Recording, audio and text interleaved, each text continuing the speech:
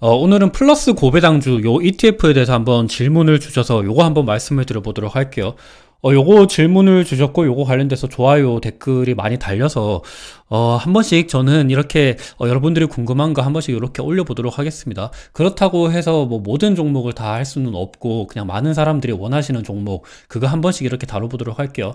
일단 플러스 고배당주 최근 ETF 이 주가 추이를 보면 나쁘지가 않아요. 근데 최근 들어서 뭐 반도체 이렇게 좀 많이 반등을 하고 있기도 하고 코스피 그리고 뭐 중국 이렇게 글로벌 지수가 특히나 아시아 쪽으로 주가가 좀 많이 올라가는데 반해서 플러스 고배당주는 그렇게까지 많이 오르고 있는 모습은 아닙니다.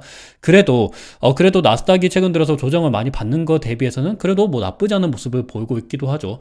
저는 일단 결론부터 말씀을 드리면 플러스 고배당주 굉장히 나쁘지 않게 생각을 하고 있습니다. 근데 요거는 좀 성향 차이라고 생각을 해요. 나는 좀 공격적으로 투자하고 싶다. 뭐 반도체 아니면 2차전지 요런 사이클을 노리고 싶다 하시는 분들 입장에서는 요게 좀 안 맞을 수도 있어요. 근데 나는 좀 안정적으로 좀 구성을 하고 싶다. 포트폴리오에서 한 10에서 20% 정도는 요 배당 ETF를 좀 투자하시고 싶다 하시는 분들은 좀 요거도 나쁘지 않다라고 생각을 하고 있습니다. 결론적으로는 저는 나쁘지 않다라고 생각을 해요.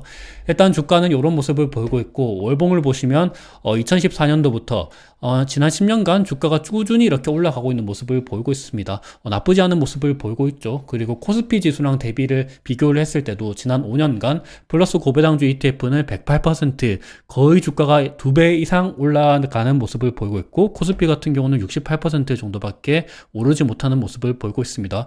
플러스 고배당주가 특히나 이렇게 많이 오르게 된 대표적인 원인은 저는 뭐 밸류업 프로그램이라고 생각을 해요.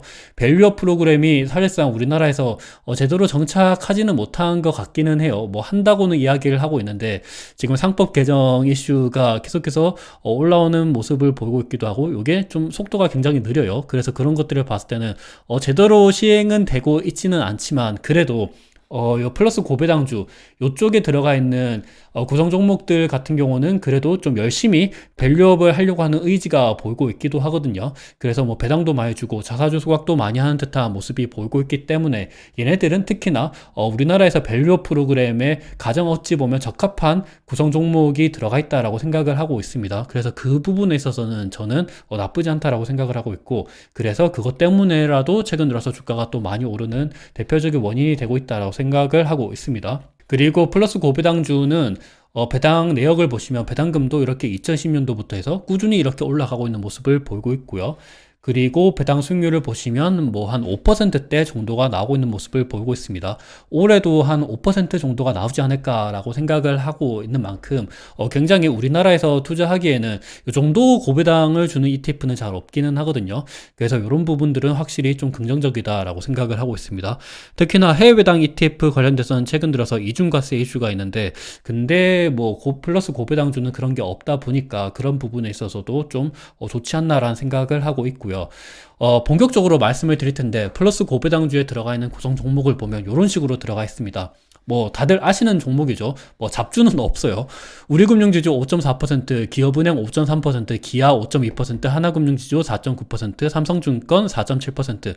전반적으로 보면 금융주들이 많고요. 그리고 뭐 기아와 같은 고배당 내구재 기업들도 있고 그리고 SK텔레콤 같은 통신기업도 있습니다. 뭐 이런 식으로 들어가 있어요. 금융이 그래도 아무래도 배당을 많이 주고 주주환원에 대해서 진심인 산업이다 보니까 57% 가장 많은 곳이 차지되어 있고요. 그리고 통신 서비스 SK텔레콤이죠.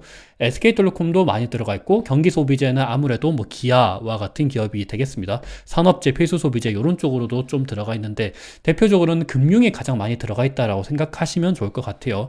그래서 앞으로 여러분들이 궁금하신 거는 플러스 고배당주를 투자해도 되냐 그리고 앞으로의 주가 전망에 대해서 궁금해 하시는 거잖아요. 그러기 위해서는 요 구성 종목에 대해서 이 애들이 얼마나 잘 갈 건지 그거를 한번 생각을 해봐야 되거든요. 그래서 차근차근히 한번 말씀을 드려보도록 할게요. 일단 뭐 우리금융지주, 기업은행, 하나금융지주는 당연히 메인 산업이 은행입니다. 근데 은행 관련돼서는 제가 지난 영상에서 진짜로 너무 많이 말씀을 드렸어요. 궁금하신 분들은 지난 영상을 한번 참고 삼아 보시면 좋을 것 같아요. 일단 결론부터 말씀드리면 은행주 저는 여전히 좋다라고 생각을 하고 있습니다. 근데 최근 들어서는 주가가 하락을 하고 있는데 왜 하락을 하고 있는지, 그리고 그에 따른 대응법은 이 영상을 한번 참고 삼아 보시면 좋을 것 같아요. 은행주는 저는 여전히 좋다라고 생각을 해요.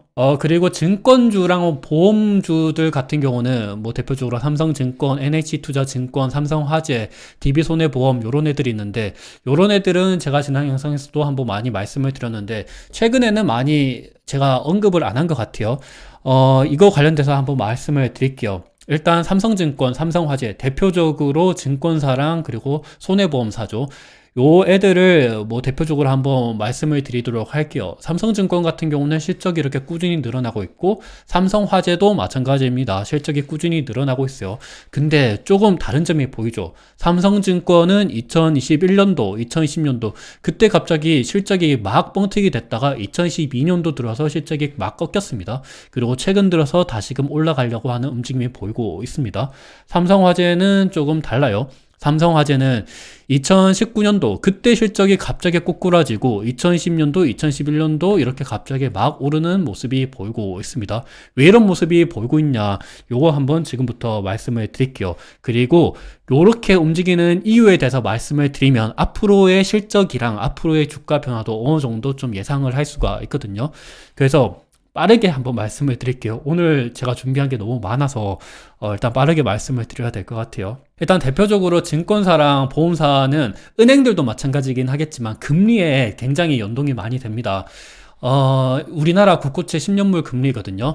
2018년도부터 해서 2020년도까지는 금리가 쭉 떨어졌죠. 근데 2010년도부터 해서 2022년도까지는 금리가 막 올랐습니다. 그러다가 23년도, 24년도 들어서 금리가 떨어졌죠. 여기서 이게 핵심입니다. 보험사들 같은 경우는 금리에 보통 금리가 올라가면 좋아요. 근데 증권사들은 금리가 떨어지면 좋습니다. 이 말이 뭐냐면 보험사들 같은 경우는 최저 보증 이율이라는 게 있어요. 말이 어렵죠, 벌써부터. 최저 보증 이율이라는 게 있는데 요게 그러니까 고객들한테 이 정도 최저로 요 정도의 보증되는 이율을 줘야 된다라는 게 있습니다. 보통 금리가 낮을 때 이 최저 보증 이율을 들었다가 금리가 높을 때는 최저 보증 이율은 고정이 되어 있는데 보험사들은 뭐 국고채나 아니면 뭐 채권 아니면 주식 이런 쪽에 투자를 많이 하죠. 고객들의 자산을 안정적으로 굴리기 위해서 보통은 장기 채권에 들어갑니다. 근데 금리가 올라갈 때는 장기 채권 금리도 따라 올라가죠. 근데 최저 보증이율은 아직 고정금리이기 때문에 이게 낮습니다. 그러면 금리가 높아지면 당연히 이 갭 차이가 커집니다. 그러면 이게 이차익이라고 하는데 이 차익이 늘어날 수밖에 없어요. 보통 그래서 보험사들 같은 경우는 금리가 올라갈 때는 이렇게 실적이 좋아지는 모습이 보였습니다. 요거는 제가 지난 메리츠 화재, 메리츠 금융지주 관련돼서도 메리츠 화재랑 메리츠 증권 안에서 어떻게 이렇게 실적이 변화하는지 그 부분 관련돼서도 말씀을 드렸기 때문에 그 영상도 한번 참고 삼아 보시면 좋을 것 같아요. 삼성화재는 그래서 보통은 금리가 오를 때 이렇게 좋았다가 이때도 보면 금리가 오를 때 좀 좋았다가 2018년 19년도는 금리가 좀 떨어졌죠. 보면 2018년 19년도 금리가 떨어졌죠. 2020년도 21년도 22년도 금리가 오르면서 2차액이 늘어나면서 삼성화재의 실적도 좋아졌습니다. 이때도 마찬가지예요. 17년도 18년도 이때는 보면 이때도 좀 좋아졌죠. 그래서 좋았다가 2016년도 이때도 조금 꼬꾸라지는 모습이 보였죠. 그래서 이런 모습이 어찌 보면 금리를 통해서 삼성화재나 아니면 다른 보험사들의 실적이 어떻게 변화하는지 그리고 앞으로의 주가 전망도 좀 예측을 해볼 수가 있을 것 같아요. 그리고 증권사들은 마찬가지로 반대로 금리가 떨어지면 어찌 보면 우리가 금리가 떨어지면 당연히 주식시장이 좋아지고 그러면 주식 투자를 많이 하게 되고 증권사들의 실적도 좋아질 수가 있죠.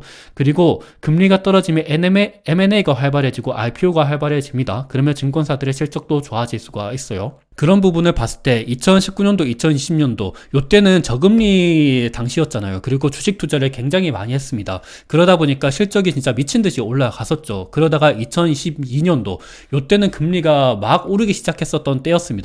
금리가 막 오르면서 부동산 PF 이슈가 터지고 갑자기 주식시장이 냉각이 되고 주식 투자를 많이 안 하게 됐죠. 실적이 고꾸라집니다. 그러다가 최근 들어서는 다시 금리가 떨어지면서 다시금 살아나려고 하는 움직임이 보이고 있죠. 요런 좀 차이점이 있다. 그래서 결론적으로는 얘네들 포트폴리오는 사실 증권이랑 화재랑 뭐 보험이랑 다 같이 들어가 있죠. 그래서 앞으로는 금리가 떨어질 것이라고 예측이 되고 있는데, 금리가 떨어지면 증권은 보통 좋다. 근데 보험사들은 보통 안 좋다. 근데 얘네들이 이렇게 바벨처럼 양쪽에 이렇게 잘 들고 있습니다. 그래서 증권이 좋아지더라도 화재가 안 좋아지고, 뭐 화재가 좋아지더라도 증권이 안 좋아지고, 이러면서 어느 정도 조금 균형이 맞춰질 수가 있기 때문에 결론적으로는 플러스 고배당주 ETF는 그냥 잘 형성이 되어 있다. 그래서 뭐 궁금하신 분들은 요런 뭐 세부적인 디테일이 있기 때문에 요런 차이점 때문에 뭐 화재랑 증권이 주가가 어떻게 변화하고, 그에 따라서 내가 투자하고 있는 플러스 고배당주 ETF가 이렇게 변화하겠구나라는 점을 한번 참고 삼아 보시면 좋을 것 같아요. 결론적으로는 뭐 잘 형성이 되어 있기 때문에 그렇게까지 걱정은 안 하셔도 될 것 같아요. 오히려 앞으로 금리가 떨어지는 상황이기 때문에 고배당주 ETF에 대한 수요가 조금 더 높아질 수는 있다라고 생각을 하고 있습니다. 그리고 여기 깍두기 삼성카드가 있죠. 삼성카드는 사실상 좀 잘 모르시더라고요. 삼성카드 투자하시는 분들도 잘 없고. 근데 일단 뭐 짤막하게 한번 말씀을 드릴게요. 삼성카드는 최근 들어서 주가가 이렇게 오르고 있습니다. 근데 장기적으로 월봉 차트를 보면 지난 한 15년간 주가는 꾸준히 떨어졌다가 최근 들어서 오르고 있어요. 왜 이런 모습이 보이냐? 사실 카드사의 구조적인 그런 이유 때문인데, 삼성카드는 은행이랑 다르게 은행은 여신이랑 수신 전부 다 있습니다. 그러니까 수신이라고 하면 고객들의 예금을 받아서, 그리고 이거를 여신, 돈을 빌려주죠. 그러면서 거기에 따른 순이자 마진, 그 마진을 통해서 돈을 법니다. 근데 삼성카드는 여전사라고 하죠. 여신 전문 업체, 돈을 그냥 전문적으로 빌려주는 업체입니다. 근데 무슨 돈으로 빌려줄까요? 삼성카드는 보통 채권을 찍거나, 그러니까 삼성카드 채권 그 자체를 찍거나 아니면 뭐 유상증자를 하거나 이런 식으로 돈을 받아서 이거를 통해서 돈을 빌려줍니다. 거기에 따라서 돈을 벌죠. 이 말은 뭐냐면, 금리가 올라가게 되면 물론 삼성카드가 빌려주는 돈, 그거에 대한 이자도 높아지긴 하겠지만 자본 조달 비용도 따라 올라가게 됩니다. 대표적으로 보면 요런 게 있어요. 삼성카드가 채권을 엄청나게 많이 발행을 했죠. 이게 뭐 단기채로도 발행을 하고 장기채로도 발행을 하게 되는데, 금리가 높아지게 되면 요 비용이 엄청나게 올라가게 됩니다. 보면 뭐 4.2%, 4.5% 이렇게 엄청나게 많이 늘어나게 되죠. 그래도 다행히도 삼성카드도 바보가 아닌 게 이렇게 완전 마이너스 장사를 하는 거는 아니긴 하거든요. 그리고 고객들이 이렇게 늘어나고 있기도 해요. 보면 삼성카드가 어떤 식으로 사업을 하냐, 일단 신용 판매, 그리고 카드론, 현금 서비스, 할부 리스, 일반 대출 이런 게 있습니다. 신용 판매라고 하면 우리가 삼성카드를 뭐 식당에서 긁을 때 그때 삼성카드가 수수료를 좀 받죠. 그리고 카드론은 단기, 그리고 카드론 뭐 장단기 이렇게 뭐 현금 서비스 이런 게 있잖아요. 우리가 삼성카드한테부터 대출도 할 수 있잖아요. 거기에 따른 이자 비용, 그리고 뭐 자동차 살 때 삼성카드에 대해서 뭐 대출을 해서 이렇게 사기도 하잖아요. 그런 걸 통해서 돈을 법니다. 근데 가장 큰 거는 신용 판매죠.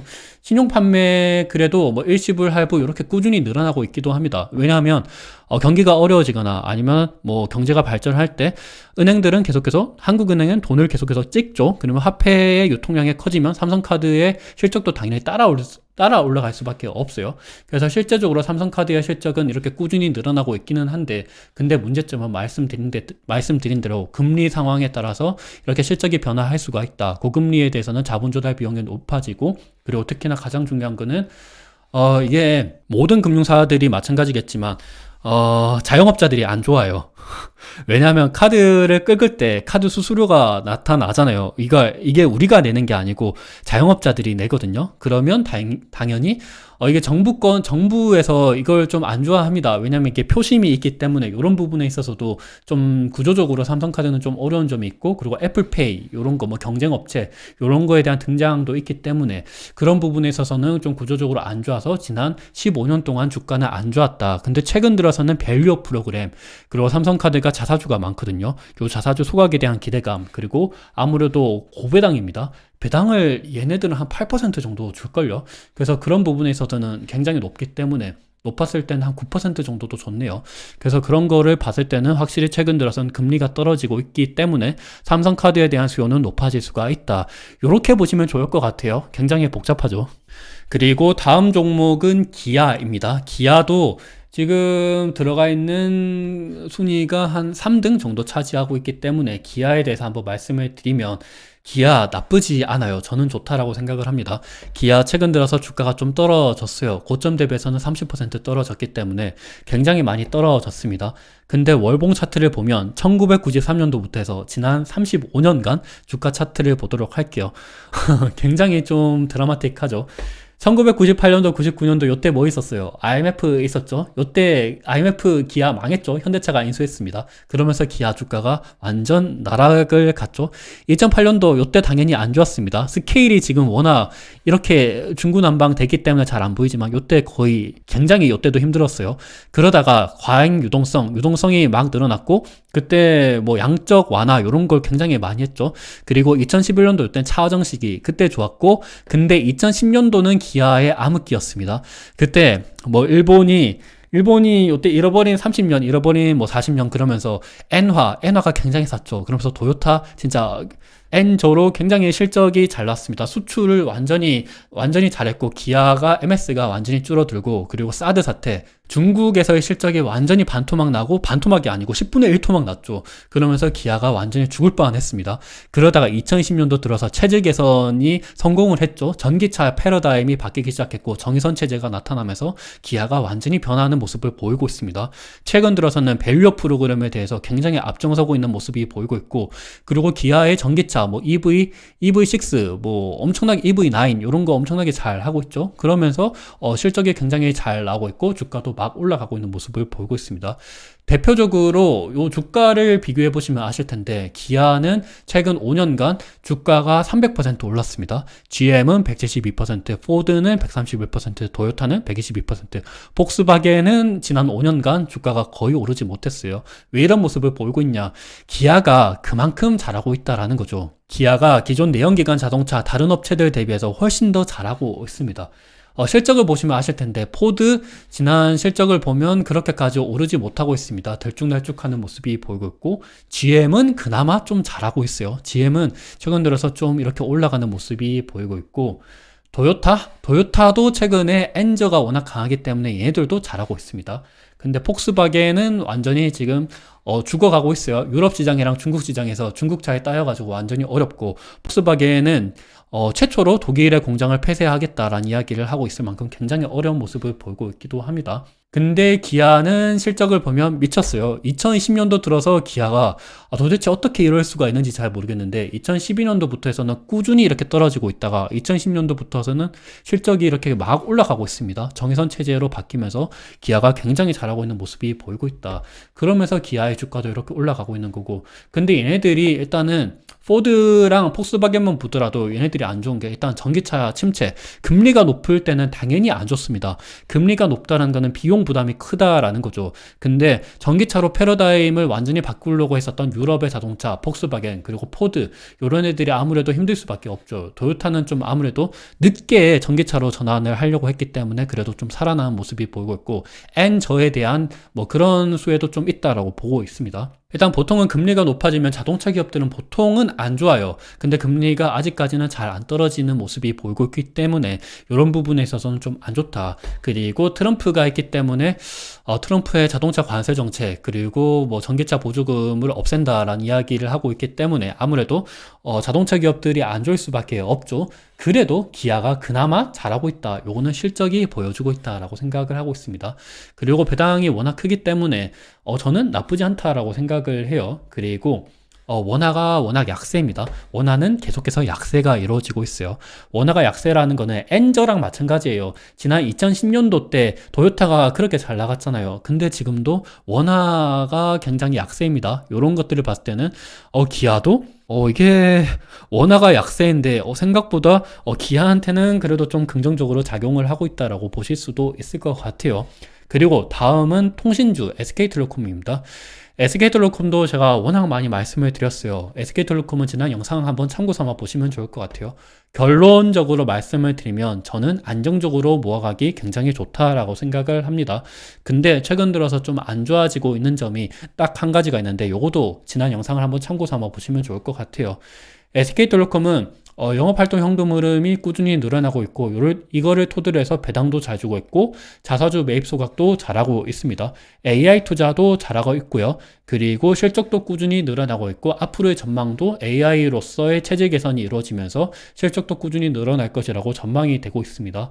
근데 SK텔레콤의 걱정적인 부분은 지난번에 주주가치 제고를 위한 주주환원 정책, 요 공시가 있었는데, 매년 연결 기준 조정 단기 순이익의 50% 이상을 주겠다라고 했지만, 이미 50% 이상을 주고 있었거든요. 원래 80% 줬다가, 이게, 계속 최근 들어서 배당금을 동결하는 모습이 보이고 있어요. 왜냐하면 얘네들이 돈을 써야 할 때가 있거든요. AI 투자해야 되죠. SK 브로드밴드, 요거도 지난 영상을 한번 보시면 좋을 것 같아요. SK 브로드밴드가 원래 IPO를 하려다가 이게 못하게 됐어요. 그러면서 지분을 인수하게 됐거든요. 왜냐하면 미래에셋증권이 콜옵션을 행사하기 때문에 요거 지분을 인수해야 됩니다. 거기에 따라서 조단위 금액을 써야 되기 때문에 배당금을 늘릴 수가 없는 모습이 보이고 있어요. 이런 부분 때문에 SK텔레콤이 최근 들어서 걱정이 되고 있고, 주가가 KT보다 상대적으로 잘 못 가고 있는데, 그래도 장기적으로는 저는 나쁘지 않다라고 생각을 하고 있습니다. 오늘은 좀 준비한 게 많아서 너무 많이 말씀을 드린 것 같아요. 근데 일단 결론을 말씀드리면, 은행 나쁘지 않아요. 그리고 기아, 최근 들어서 금리가 워낙 높기 때문에, 근데 좀 금리가 높다라는 것은 자동차의 실적이 좀 안 좋아질 수가 있지만, 그래도 기아의 체질 개선 굉장히 좋다. 그리고 증권, 금리가 앞으로 떨어지게 되면 좋다. 그리고 화재, DB 손보, 보험회사들 같은 경우는 금리가 떨어지면 안 좋아질 수가 있기는 하지만, 이차익이 떨어져서. 근데 증권사들이 좋아지기 때문에 어느 정도 좀 균형을 맞출 수가 있다. 삼성카드는 최근 들어서 금리가 떨어지고 있고, 워낙 고배당주이기 때문에, 그리고 가지고 있는 자사주가 많기 때문에 그거에 따른 소각 기대감, 이런 게 있어서 나쁘지는 않지만, 장기적으로는 조금 구조적인 문제가 있다라고 말씀을 드렸습니다. SK텔레콤도 최근 들어서 좀 안 좋은 점이 있지만, 그래도 워낙 고배당주이고 AI 투자도 잘하고 있고 나쁘지 않다, 이렇게 말씀을 드릴 수가 있을 것 같아요. 너무 길게 돌아갔는데 결론적으로 말씀을 드리면, 최근 들어서 금리가 떨어지는 기조이기 때문에 나는 좀 안정적인 성향을 가지고 있다라고 생각하시면, 요거 투자하시면 저는 나쁘지 않다라고 생각을 합니다. 투자 어느 정도 도움이 되었으면 좋을 것 같습니다. 감사합니다.